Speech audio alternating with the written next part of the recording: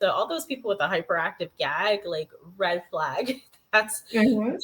So we were talking about what the average hygienist can do in their day-to-day practice to screen for, refer, and implement some myofunctional principles without practicing outside of their scope. so I think it's important to look at some of the big obvious red flags, like all the things that typically would annoy you as a hygienist, right? So all those people with a hyperactive gag, like red flag. That's Mhm. secondarily, if they're very orally defensive, so you're trying to get in the mouth and they have a lot of contraction of the oral muscles, particularly the lip.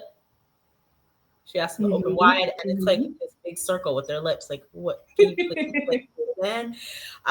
If you're trying to scale and you find that there's a lot of pullback, and you're trying to scale the anteriors of like 23 to 25, and it's just like pushing back on you, like they're trying to break Mhm. your fingers.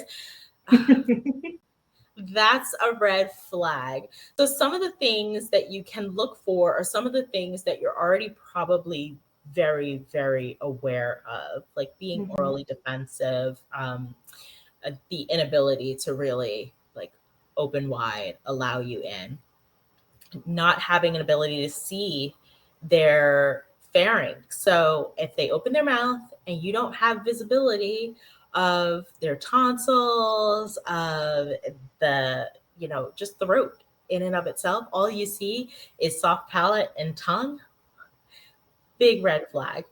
So some of those things are when you would start to have some of the conversations, because what we know and what we can do as hygienists is we can start to implement little tips or tricks or start to give them little exercises or things that would help. But as a hygienist, you can offer tips, tools, techniques, exercises in the same way that you might ask a patient to modify their diet to lower their caries risk.